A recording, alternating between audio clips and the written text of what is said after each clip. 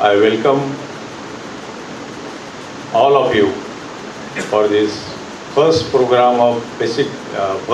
of basic legal education program at Goa. I am very thankful to Honorable High Court and Goa government, who has provided such a spacious hall, functional hall, to the Bar Association. As yesterday I know that this hall is provided to the Bar Association. If I am not wrong, such a facility is not available in Maharashtra, and we are arranging the program in some other halls or functional halls. But Goa government has provided such a spacious hall to Bar Association.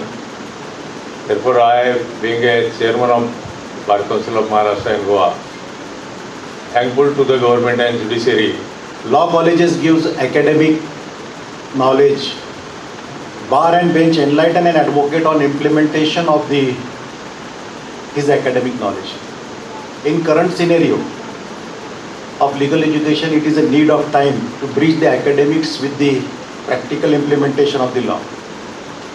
In V. Sudhir case, Honorable Supreme Court expected from the State Bar Council to initiate such a program whereby the waiting period of newly enrolled advocate is reduced by understanding practical niceties in the practice through such training program. Therefore, Bar Council of Maharashtra and Goa has decided to start basic legal education program.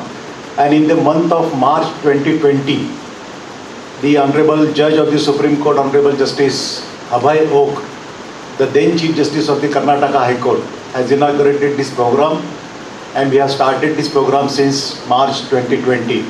And I think this is the first program in the state of the Goa. The state of Maharashtra has organized. As a fact, my committee has decided to organize such programs on regular basis as part of the programs which the association proposes to start. Now that you are here, we could think of having joint programs of this nature so that members of the Goa Bar, namely the new entrants and the juniors, can benefit from them. Our senior members of the bar will also cooperate and participate in this program by being part of your team.